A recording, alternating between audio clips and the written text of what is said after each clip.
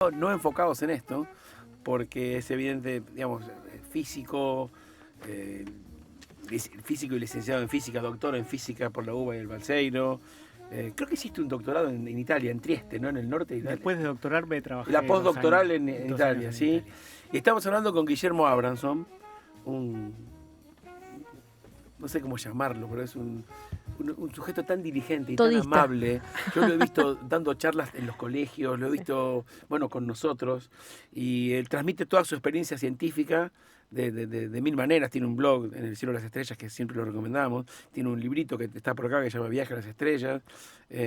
Escribiste también Astrofísica para Curiosos. Astrofísica para físicos curiosos. Para físicos curiosos, bien. Es un libro de texto. Bien, un libro bien. Pero hoy vamos a hablar con Guillermo Abramson desde otro perfil. Vamos a preguntarle qué lee. Vamos a preguntarle qué hay en tu mesa de luz en función de tus gustos o tus placeres, que pueden ser la literatura, la cuestión más relacionada con la ciencia, lo que fuese. Guillermo Abramson, bienvenido y muchas gracias por venir acá a charlar con nosotros a Bitácora. Y la pregunta está hecha. De hecho, trajo los libros que está leyendo. Hizo bien la tarea sin que se la digamos. Extraordinaria. Entonces la pregunta está planteada así en términos genéricos. ¿Qué te gusta leer cuando decidís, sabes qué, voy a leer? Bueno, les agradezco mucho que me hayan invitado, Martín, porque soy un oyente del programa. Muchas gracias. Y me da mucho gusto visitarlos en la radio. Y la verdad que con Camila has conseguido una compañía excelente para... No, para pero gracias. sin duda me ha mejorado notablemente. Gracias. Digo, eso está clarísimo. Sí, cuando me contactó la productora me dio la impresión de que iban a querer hablar de astronomía o cosas así, pero me encantó la propuesta es que de... siempre hablamos de astronomía. Claro. Entonces, yo hace mucho tiempo que tengo una idea, porque yo soy muy fanático de la lectura y de los libros en general, incluso hasta le rindo culto al objeto. Claro, ya pasa a ser un problema de que uno cuando le tiene que regalar un libro a su dieta no sabe qué no leyó. Entonces claro, me imagino. Pero entonces dijimos, bueno, vamos a empezar una especie de sección donde el invitado ¿Qué leíste? haga lo que haga leyendo en su vida, que nos comente su experiencia de lector. Me encantó, por eso enseguida dije que sí, y además dije, voy a llevar estos 4, que son los últimos que leí. Bien, ¿qué estás leyendo? No traje el que estoy leyendo, que es un libro, es una novela de ciencia ficción que la estoy leyendo en el Kindle. Sí. Y me daba no sé qué venir con el Kindle que no tiene tapa. Claro. Entonces traje los anteriores. Y casualmente, bueno, tal vez no casualmente, pero hay 2 de divulgación científica y 2 de literatura. Porque yo leo variado. ¿Sos ecléctico? Soy ecléctico. Pero como decías vos, no podría no leer, ¿no? No me imagino la vida sin la lectura, ¿no? O sea, te acompaña desde pequeño. Cuando veo una casa donde no hay libros, no lo puedo entender. Es algo que hice siempre y es algo que da tanto placer leer, ¿no? Es como vivir otra vida, visitar otros mundos, cosas que uno nunca va a hacer, porque la vida de uno es una. El otro día contábamos, antes de que sigas a estos libros, te voy a hacer una pregunta, un flashback. Me regalaban libros, pero yo recuerdo el primer libro que le dije a mi mamá que me comprara. Mirá. Quiero que me regales ese libro que se llamaba El Rey del Mar, que es la última saga de Sandokan con Yáñez de Gomara. Después se separan, El Rey del Mar es un acorazado. Se roban el acorazado, se quedan sin carbón allá en la Malasia, y yo le pedí a mi mamá, comprame ese libro. ¿Cuántos años tenías? Tendría 8. Claro, porque yo había heredado la colección Robin Hood, mi hermana y yo. Ahora, ¿te acordás cuál fue el primer libro que vos decidiste ir a comprar? No que te habían regalado. Eran libros de aventura. En mi casa había muchos libros, así que yo probablemente leí algunos de los libros que había en la biblioteca de mis padres. Pero los que me atrapaban eran libros de aventuras y esos libros como de cultura para chicos, por ejemplo, El mundo de la arqueología. Claro. Ese tipo de cosas. Esos libros grandes, las cuestiones con enciclopédicas, muchas ilustraciones, claro, que hablaban de los antiguos egipcios y de los asirios. Y después las aventuras, ¿no? Los libros de Julio Verne, los libros de Sandokan, los libros de la colección Robin Hood. Robin Hood es uno de los primeros que recuerdo, Robin Hood, en la colección Robin Hood. Sí. Había otra colección que se llamaba Iridium. ¿Te acordás? Iridium. Y había otra que se llamaba Villiquen. Y Villiquen. En Iridium leí, por ejemplo, de la Tierra a la Luna. Exacto. Y después yo tenía algunos primos más grandes que me pasaban libros y es uno de los primeros que recuerdo también. 20.000 leguas de viaje submarino. ¡Qué librazo! Extraordinario. No era de ninguna de esas 2 colecciones, eran 3 tomitos metidos en una cajita, como si fuera un coleccionable, y era un objeto hermoso también. Venían con grabados. Es que tienen eso los libros también, que son lindos estéticamente. Sí. No es solamente los el libros contenido. infantiles en esa época, cuando yo era chico, venían ilustrados cada 40 páginas, un grabado, en blanco y negro. Sí, en blanco y negro. Eso era la colección Robin Hood, recuerdo eso. Sí. Y probablemente la colección que más me marcó, que la recuerdo como si los hubiera leído la semana pasada, también la heredé de uno de mis primos, una serie de novelitas infantiles de un escritor brasileño llamado Monteiro Lobato. Sí, señor. Monteiro Lobato escribió una serie de novelitas donde contaba las aventuras de dos niños, dos primitos, una nena y un nene, que se pasaban el verano en la casa de su abuela y tenían aventuras increíbles. Los animales hablaban, viajaban en el tiempo, viajaban al espacio, cosas extraordinarias. Y además Monteiro Lobato era muy erudito, y entonces había muchas cosas de mitología que me encantaban, y así que esas historias, las historias de Naricita, en la quinta del Venteveo Amarillo, eran más de 20 libros, me los leí todos. Recuerdo que en casa también había mi madre, lo heredé, no había tantos, pero sí había un par mezclados en la colección Robin Hood. Claro. Bien. Y ahora, bueno, les cuento los que traje ahora, que no son libros infantiles. Los dos de literatura son estos. Uno, hay una cámara. ¿Sí? Ahí está. Ahí está, El sueño de los héroes. El sueño de los héroes. Bioy. Un libro de Bioy, un libro clásico, no sé cuándo lo escribió Bioy, hace muchos años, 1954. Es un libro que compré en la... ¿Lo estás releyendo o lo estás leyendo por No primera lo había vez? leído, no lo había leído. Conocí a Bioy, leí muchas cosas, leí novelas de Bioy, pero el año pasado, cuando viajé a la Feria del Libro de Buenos Aires con actividades del Instituto Balseiro, me di una vuelta por la feria y en un lugar los tenían a 2 por 4.000 pesos. Me compré el diario La Guerra del Cerdo y El sueño de los héroes.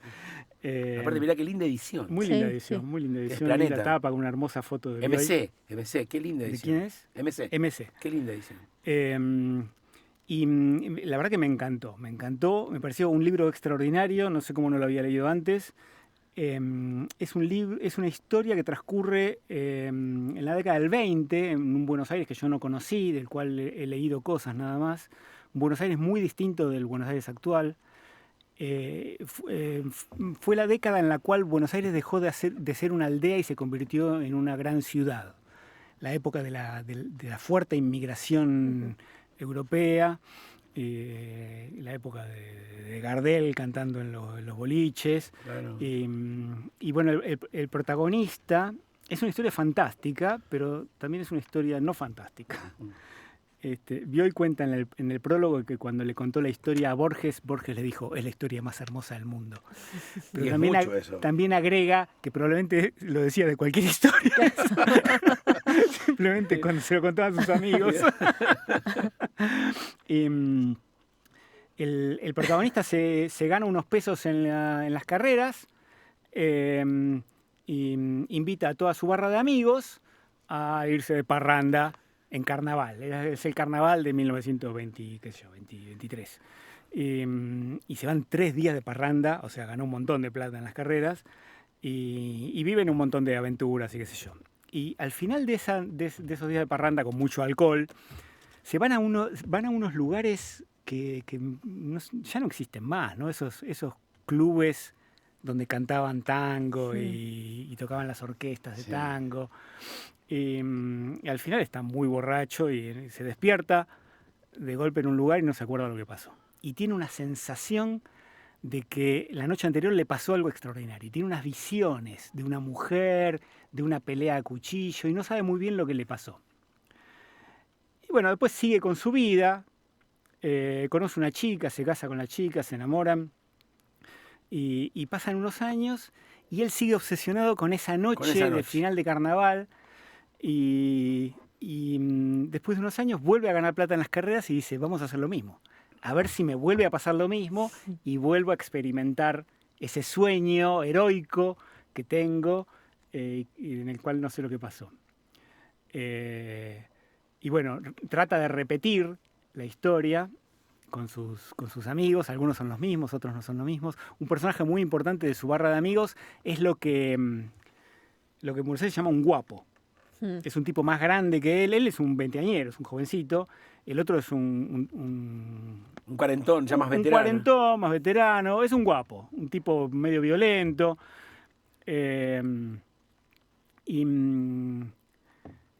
Y bueno, la historia final tiene que ver con la repetición de esa aventura y tiene que ver con su relación con el guapo, ¿no?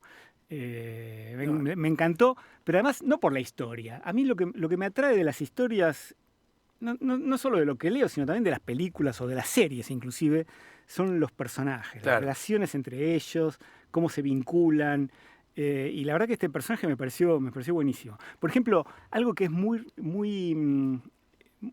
realista y que pocas veces uno lo ve reflejado en la literatura. El narrador es omnisciente, así que vemos lo que él piensa también.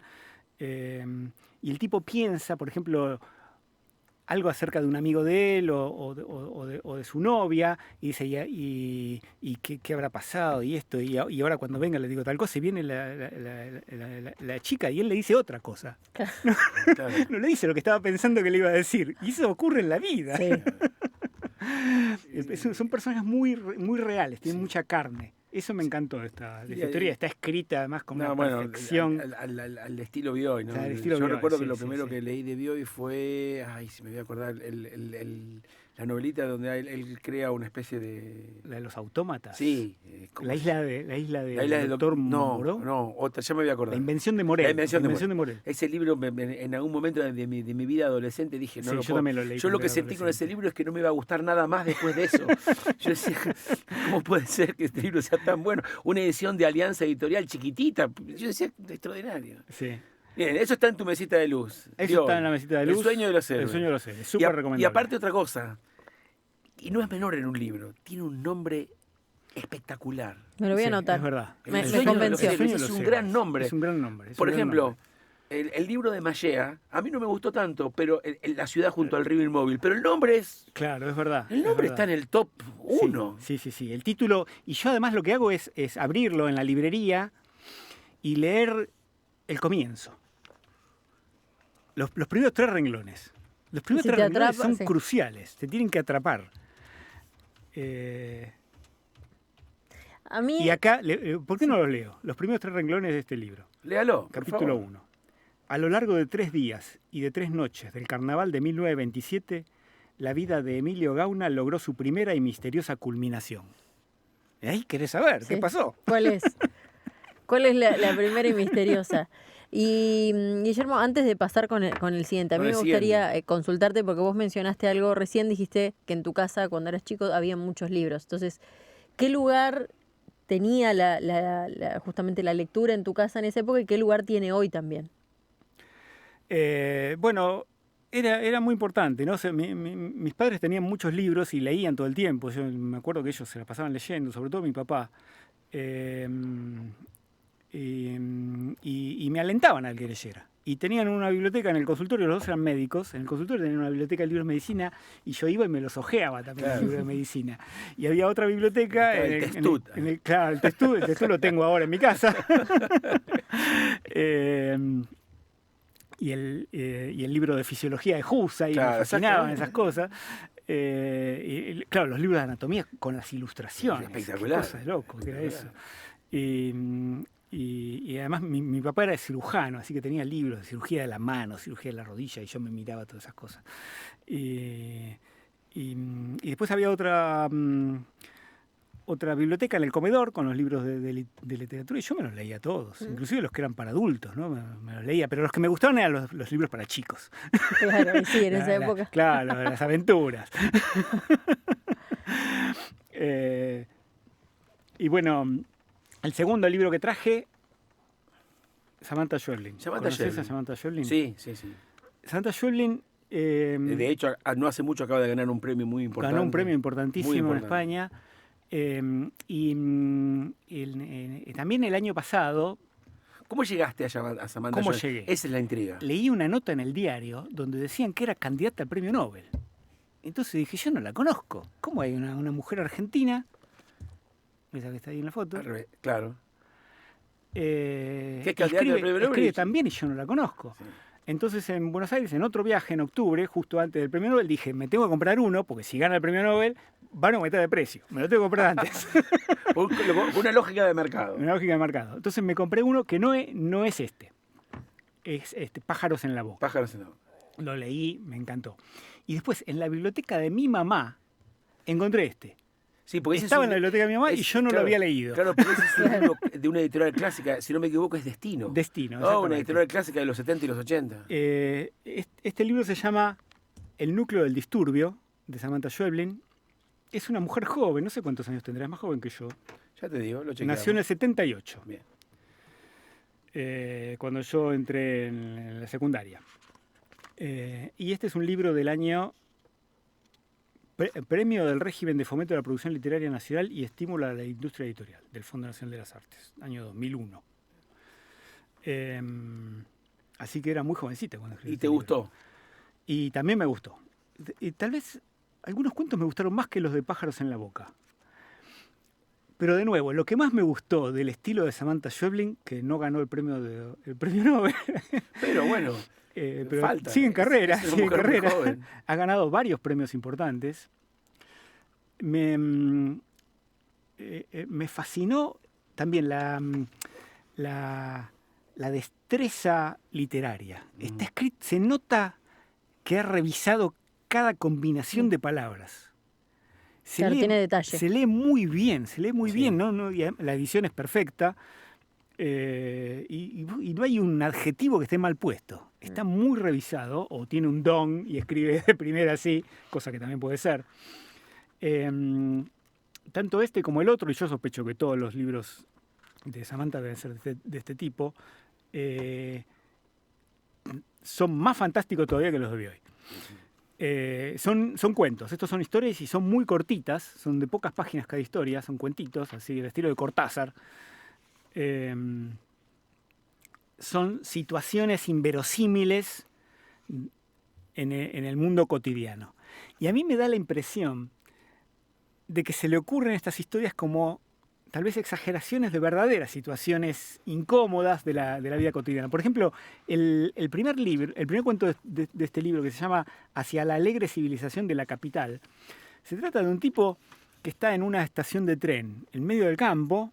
No hay ni un pueblo, no se menciona que haya un pueblo, solamente hay una estación de tren, como si fuera una parada nada más. Hay una casa del guardia de la estación y no tiene cambio para pagar el pasaje. Y como no tiene cambio, no le venden el pasaje y el tipo no puede viajar. Claro.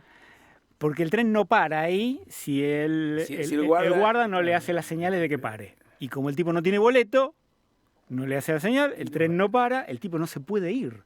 Está atrapado. Es algo que a uno le puede haber pasado, no tener plata para pagar el pasaje. Sí. Y bueno, de alguna manera lo resolvés, haces dedo, qué sé yo. Pero esto está llevado al extremo. Al extremo, claro. El tipo se tiene que quedar a vivir ahí y se convierte en un esclavo del guardiabarrera. Es casi una distopía. Sí, es una distopía. Sí, es algo que no ocurriría en ningún lugar. Y por supuesto se encuentra con otra gente que están ahí, que les pasó lo mismo que a él. Bueno.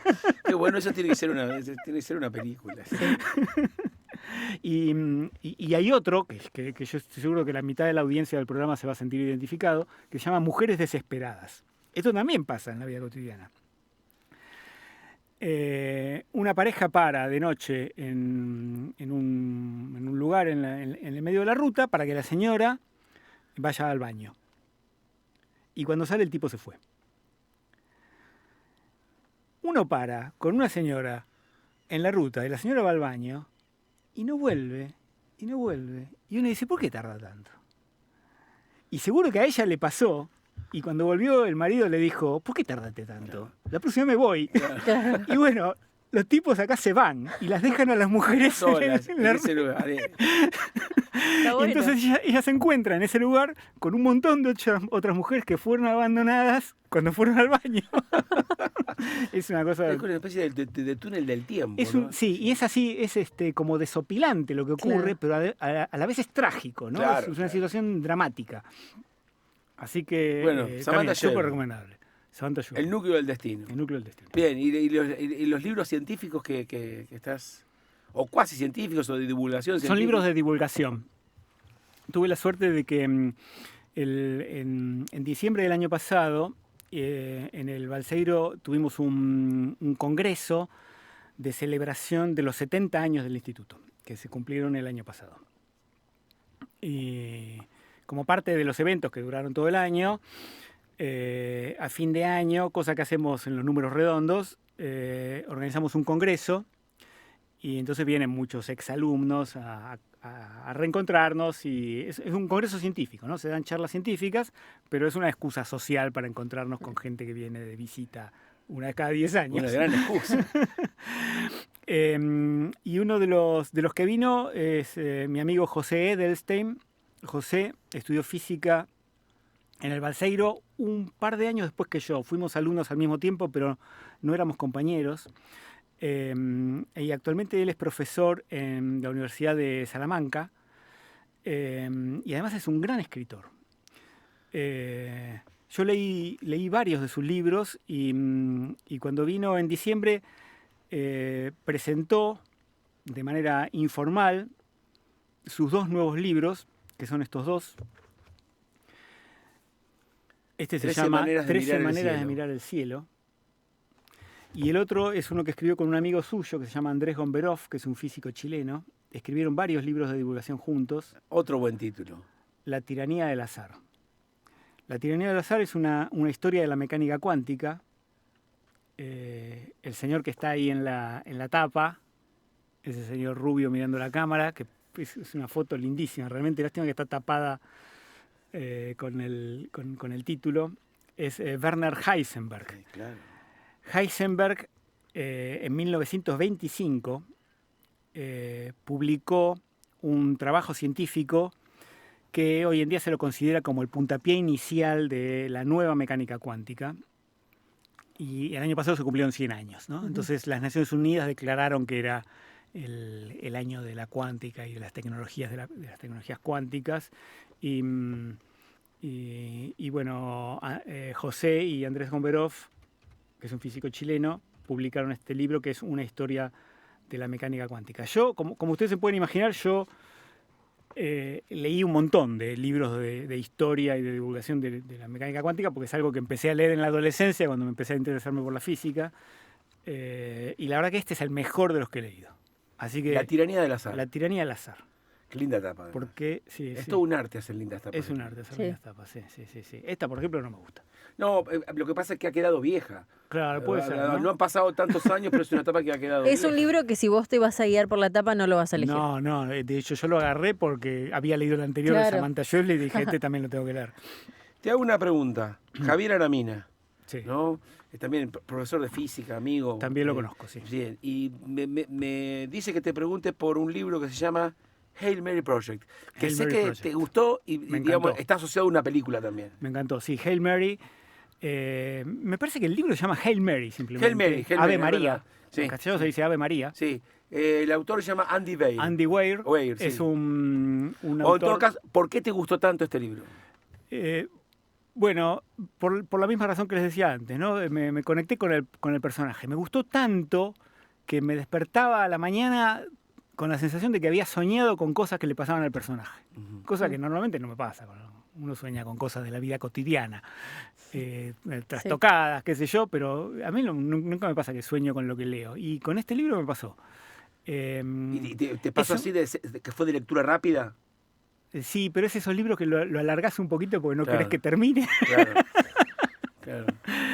Hail Mary, Ave María, es el libro, la novela en la que está basada la película que se estrenó el mes pasado o el anterior, que en español le pusieron un título malísimo, que era Proyecto Salvación. Y en Argentina, peor todavía, le pusieron Proyecto Fin del Mundo. Sí. A veces hay una discrepancia absoluta entre las películas y el texto. Sí. La cuestión es que Hail Mary es una terminología del fútbol americano. Es cuando vas perdiendo o empatando, tirar una pelota al fondo de la cancha con la idea de que alguien la corra y meta el último gol, eso es un Hail Mary. Y de eso se trata la historia, ¿no? Un touchdown, el último touchdown de salvación. Claro. Pero el Proyecto Salvación tenía más sentido. Sí. La Tierra está amenazada por algo que le está ocurriendo al Sol, que está produciendo menos energía, lo cual es algo tremendo. Amenazada de tipo extinción de la vida en la Tierra, ¿sí? Y lo convocan a este tipo, que es un biólogo especializado en lo que se llama exobiología, en el estudio de la posibilidad de la vida en otros mundos. Y lo convocan y él empieza a trabajar y descubre qué es lo que está pasando. Y de manera involuntaria termina siendo el astronauta de la nave encargada del Hail Mary, del pelotazo del minuto final para tratar de salvar al mundo. Y seguramente, porque salió hasta en los trailers de la película, en el intento por salvar la Tierra conoce un extraterrestre en cuyo mundo está pasando lo mismo, y juntos logran resolver el problema, ¿no? Y se hacen amigos. Ahora entiendo también por qué le gustó tanto a Javier. Estoy entendiendo por qué es fanático también de la novela. La novela está escrita llena de flashbacks, de recuerdos del tipo, porque comienza con un tipo que se despierta en una nave espacial y no sabe qué está haciendo ahí, con una amnesia total, y tiene que empezar a reconstruir qué es lo que pasó y por qué él está en esa nave y qué sé yo. Y entonces le empiezan a venir los recuerdos de todo esto que yo conté al principio, uno se lo va enterando de a poquito, ¿no? De manera muy bien argumentada. Guillermo, para terminar, nombraste muchas veces los personajes. Yo te pregunto, o imagino, William de Baskerville, el Capitán Ahab, sí. Winston Smith, Montag, el del Fahrenheit 451, Daedalus, Tom Sawyer, Hans Castorp de la Montaña Mágica, o el propio Capitán Nemo, ¿no? Juan Pablo Castells del Túnel. ¿Cuáles son tus personajes? Y muchos de los que mencionaste, ¿no? ¿Cuáles son los que te han gustado? Decís, qué sé yo cuando era chico soñaba que me iba en una balsa por el Mississippi. Pero más que el Capitán Ahab, Ismael. Ismael, claro. Ismael, que es el protagonista. El narrador. De la historia, claro. el narrador de la historia, ¿no? Que ese es uno de los comienzos más extraordinarios, ¿no? Lo que mencionaba antes. Pueden ¿no? llamarme Ismael. Pueden llamarme Ismael, sí. El comienzo de Moby Dick. El comienzo de Moby Dick, Call Me Ismael. Woody Allen decía la importancia de los signos de puntuación, ¿no? Porque si dijera, puede llamarme, Ismael, sería otra cosa. Exactamente. Ismael, llamaba por teléfono. Claro. Tom Sawyer también lo recuerdo mucho. A Tom Sawyer porque es uno de los libros que leí Robin siendo Hood. niño. Claro, la colección Robin Hood. Sí, y en Robin Hood conocí a Huck, a su amigo Huckleberry Finn. Huckleberry. Y de más grande quise leer Huckleberry Finn y no me atrapó. No sé si a vos te pasó lo mismo. Yo intenté de bastante más grande volver a leer las aventuras de Tom Sawyer, y a la tercera o cuarta página me di cuenta que yo había envejecido. Es verdad. Y dije, no tengo que leer esto porque yo había envejecido más rápido que el libro. Es mejor quedarse con el recuerdo. Pero claro, dije, chao, listo, lo dejé y lo está ahí guardado. Mejor no leer de nuevo Moby Dick, que además es tan largo. Es que ahí no sé. No, pero, ahí, por ejemplo, todo es tan trágico. Quijote, yo lo había leído. Yo lo leí en secundaria. En la escuela secundaria, pero después, ya en el siglo XXI, se cumplió un aniversario, 400 años o 500 años. ¿Intentaste volverlo a leer? Me lo compré y lo leí de nuevo, de punta a punta. Me encantó. Y ese sí es largo. Claro, es largo, sí. Eso no lo intenté. Y tal vez me gustó más que en la escuela secundaria, donde no lo había leído entero, ¿viste? La profesora te daba unos capítulos. Yo leí fragmentos. Pero aparte uno también de grande pasa que entiende otras cosas. Claro, y tiene un bagaje literario distinto, ¿no? Sí. Hay libros que son para leer en distintas etapas, que uno lo lee distinto. Lo dicen mucho con el Principito, que uno lo tiene que leer de chico y de grande va a entender otras cosas. Sí, y otra cosa que me pasó es que muchos libros que yo de chico había leído en español, y de grande los releí en inglés. El idioma original. Y hay que leerlos en inglés. Por ejemplo. Si pueden, leerlos en inglés. ¿Con qué te pasó eso? Por ejemplo, con los libros de Bradbury, por ejemplo. Bradbury también tiene una... Los de Stephen King también. Una de estrés. Stephen King también. Stephen King es impresionante. Me gusta Stephen King. Y además en italiano, Umberto Eco. Tengo una última para hacer. Sí. Así como, recién mencionabas que la tiranía del azar era el que mejor te parecía de mecánica cuántica. ¿Cuál es el libro que a vos más te acercó a la física? No sé si por un libro vos llegaste a estudiar física o demás, pero bueno, ¿cuál es el que vos decís, bueno, este libro, alguien que quiera estudiar física o lo que sea, tiene que leer este libro? Sí, yo no sé, capaz que es un poco fuera de moda ya. Yo lo leí cuando era adolescente. Acabo de cambiar de idea, porque me acordé de uno que leí antes todavía, pero voy a mencionar los dos. Uno que me gustó mucho es un libro de Einstein, un libro de divulgación de Einstein, que se llama La física aventura del pensamiento. Habla de relatividad, pero del universo en general. Hace poco me visitó en casa un chico que tenía ganas de estudiar física y se lo presté. Lo agarré de mi biblioteca y se lo di. El mismo que tengo de cuando yo tenía la edad de él.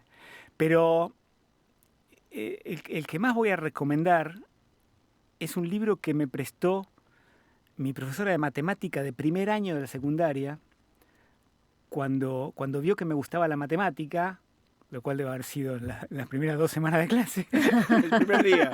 Sí, vino con un libro de su casa y me lo prestó. Era un libro de Georges Gamow, un físico de la época del principio de la mecánica cuántica, de la primera mitad del siglo XX. El libro se llamaba 1, 2, 3, infinito. 1, 2, 3, puntos suspensivos, infinito. Y ahí yo descubrí un mundo de una matemática que no había imaginado, ¿no?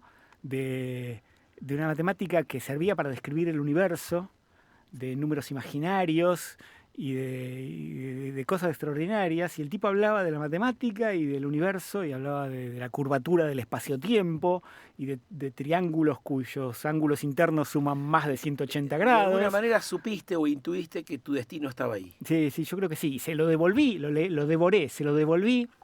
La profesora se lo prestó a un compañero mío que también le gustaba la matemática y que ahora es profesor de matemática en el Balseiro, e inmediatamente fui a la biblioteca del colegio y me lo saqué para volver a leerlo.